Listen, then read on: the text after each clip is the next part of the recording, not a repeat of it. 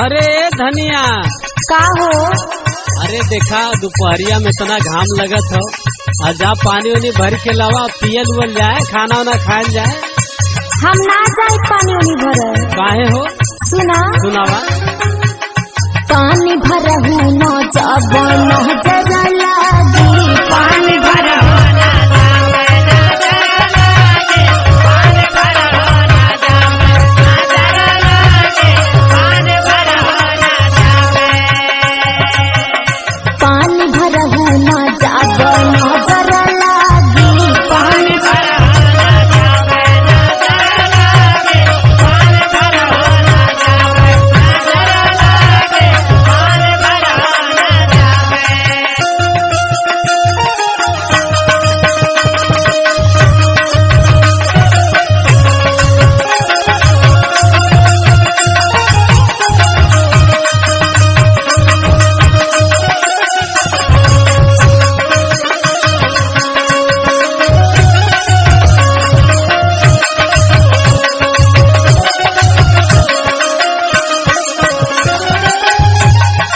कहो।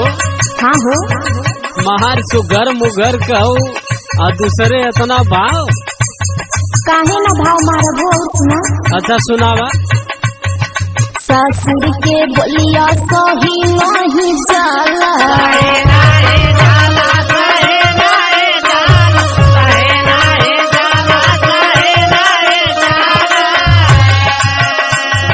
ससुर के बोलिया सही नहीं जाला,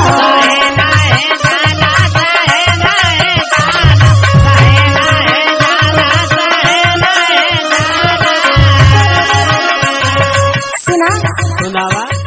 ससुर के